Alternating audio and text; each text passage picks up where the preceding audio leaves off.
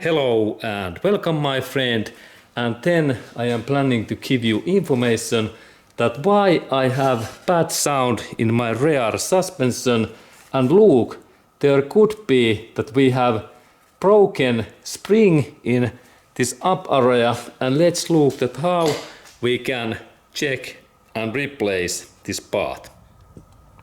This area is now stuck and there is my tool that I a little bit dent that. Okay, good. And now these two parts opens. Firstly, look, this is shock. This is so easy to open, and here is this spring part, and it is like a little bit now stuck in there. Up area, interesting. Okay, and now this spring is free.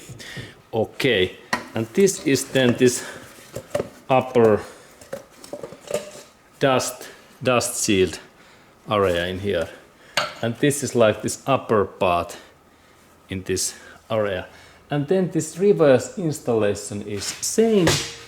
And now we can, by the way, see that how this my spring is broken. Look, this is really bad broken spring. Okay, and really in this their upper area there is this rubber elastic part, and this was really situation that this my spring was cut in this upper area in here. Very interesting situation.